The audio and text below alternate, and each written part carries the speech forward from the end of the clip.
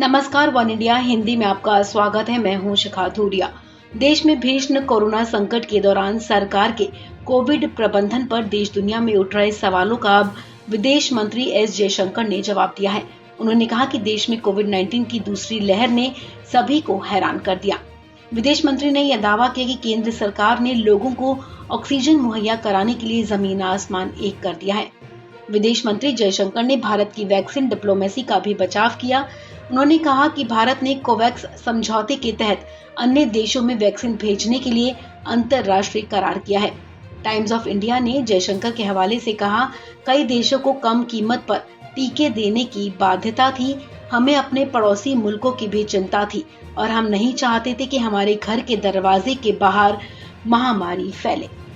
India ink group के chairman और CEO Manoj Ladwa के साथ बुधवार को हुए वर्चुअल इंटरव्यू में एस जयशंकर ने कहा कि सरकार ढीली नहीं पड़ी थी, लेकिन मौजूदा स्थिति तब पैदा हुई जब लगा कि कोरोना की पहली लहर काबू में है। विदेश मंत्री ने कहा कि फरवरी के अंत तक रोजाना 10,000 से कम मामले आ रहे थे, जो अब 38 गुना बढ़ गए हैं। कोरोना संक्रमण बढ़ने की विशेषज्ञों की चेतावनी के बीच देश में चुनावी रैलियां कराना, धार्मिक भीड़ जुटाने को अनुमति देने का भी जयशंकर ने बचाव किया। लोगों के जुटाने के सवाल पर जयशंकर ने कहा कि धार्मिक भीड़ जुटाने से समस्या है, लेकिन लोग इकट्ठा होकर धरना दे रहे हैं, क्या वो ठीक है? जयशंकर ने कहा कि ये कहना आसान है कि हमें किसी तरह की सभा की अनुमति नहीं देनी चाहिए, लेकिन ये भी याद रखना होगा कि 1 साल पहले क्या कदम उठाए गए थे। G7 वार्ता में हिस्सा लेने लंदन पहुंचे विदेश मंत्री ने कहा, एक लोकतांत्रिक देश में आपके पास चुनिंदा होने के बहुत विकल्प नहीं होते हैं। कल्पना करें अगर सरकार कहती कि चुनाव नहीं कराए जाएंगे, तब इस पर क्या प्रतिक्रिया आती, ये सोचने वाली बात है।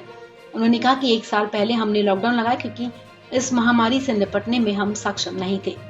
भारतीय विदेश मंत्री एस जयशंकर ने कहा कि मेडिकल ऑक्सीजन की मांग 1,000 मीट्रिक टन की खपत से बढ़कर 7500 से 800 मीट्रिक टन हो गई है और मेरा ये कर्तव्य है कि मैं इसे पूरा करूं। उन्होंने कहा कि मैंने इसके लिए जमीन आसमान एक कर दिया है। हमने औद्योगिक ऑक्सीजन को मेडिकल ऑक्सीजन में कन्वर्ट करने के लिए कारोबारियों को प्रोत्साहित किया। उन्होंने कहा कि केंद्रीय उद्योग मंत्री पीयूष गोयल ऑक्सीजन एक्सप्रेस चला रहे हैं। भारत में केवल 1200 ऑक्सीजन टैंकर थे।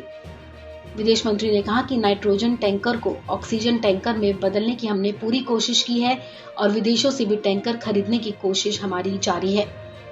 इस खबर में फिलहाल इतना ही। तमाम अपडेट्स के लिए आप बने रहिए वन इंडिया हिंदी के साथ।